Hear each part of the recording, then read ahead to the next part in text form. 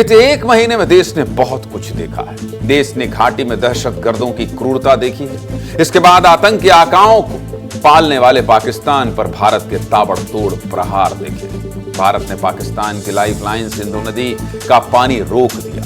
प्रधानमंत्री मोदी ने संकल्प लिया कि आतंक के आकाओं को मिट्टी में मिला देंगे और 6-7 मई की रात भारत ने पाकिस्तान पर सबसे बड़ा प्रहार कर दिया और इस बार आतंक के ट्रेनिंग सेंटर को ही उड़ा दिया। इसके बाद भारत पाकिस्तान में जंग की स्थिति बन गई।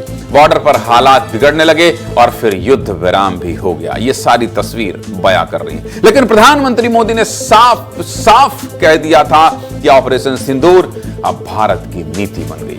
8 मई को पाकिस्तान ने भारत पर हमले की नापाक कोशिश की, लेकिन भारत ने हर हमले का मुंहतोड़ जवाब दिया और पाकिस्तान के चाइनीज एयर डिफेंस सिस्टम को ही तबाह कर दिया। सीमा पर दोनों देशों के बीच जंग के हालात बन गए, लेकिन इन सब के बीच 10 मई को शाम 5 बजे से सीज फायर लागू कर दिया गया। पहलगाम हमले को 1 महीने पूरे हो गए। प्रधानमंत्री मोदी 22 मई को बीकानेर पहुंचे और सीमा से ही पाकिस्तान को एक बार फिर करारा जवाब दिया है। प्रधानमंत्री मोदी ने साफ साफ कह दिया और 1 महीने में क्या क्या हुआ यह आपको सिर्फ 1 मिनट 50 सेकंड में दिखा दिया। अब मोदी के नसों में खून नहीं, गर्म सिंदूर बह रहा है। ऑपरेशन सिंदूर के बाद प्रधानमंत्री नरेंद्र मोदी पहली बार भारत पाकिस्तान बॉर्डर के करीब बीकानेर पहुंचे थे।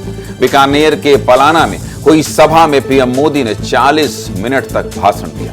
पाकिस्तान से चंद कदमों की दूरी पर प्रधानमंत्री ने जमकर पाकिस्तान को खरी खोटी सुनाई।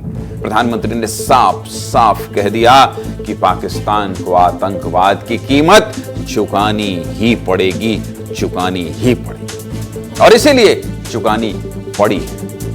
अगर वह अपनी हरकतों से बाज नहीं आया तो भारतीय सेना दोबारा आतंकवाद के खिलाफ कठोर कार्रवाई करेगी। पाकिस्तान के साथ न ट्रेड होगा न टॉक। अगर बात होगी तो सिर्फ पाकिस्तान के कब्जे वाले कश्मीर की, पीओके की। बीकानेर से प्रधानमंत्री मोदी की गर्जना आज पाकिस्तान में गूंज रही है। आतंक के आकाओं के दिलों की धड़कनें बढ़ गई होंगी। सुन लो आतंकिस्तान, अगर फिर भारत की तरफ आंख उठाने की कोशिश करोगे तो जैसे तुम्हारे ठिकाने तबाह हुए हैं ना, जैसे तुम्हारे आकाओं के जनाजे निकले हैं, फिर भारत तुम्हारे ऊपर ऐसा प्रहार करेगा कि तुम्हारी 7 पुश्तें याद रखेंगी।